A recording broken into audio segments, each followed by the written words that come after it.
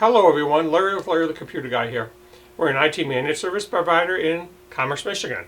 We specialize in cybersecurity and HIPAA compliance. So today's security tip for you is don't download anything you're not authorized to download. There are many ways you can transfer large files to your intended recipient. There are websites like Sendy, ShareIt, Send Anywhere. Do not use these sites to transfer files that require security. They do not offer security on free sites. You need to have a paid subscription in order to be able to transfer files securely. We recommend Rmail. Rmail not only can you send encrypted files, but they also have a large file option and transfer that is totally secure.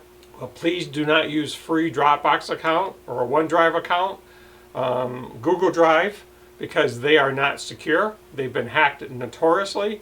You put files up there that are sensitive and they get hacked, and guess what? They're going to have all your information. So the next tip is always check with your IT company before downloading anything. There's a lot of things out there on the internet that look like they're legit, but you can easily go to the wrong website and download the wrong program, and before you know it, your hackers have all your information. So please click on the subscribe button located here. Please give us a thumbs up and leave your comments below. Please follow the government's recommendations for social gathering. Stay safe out there.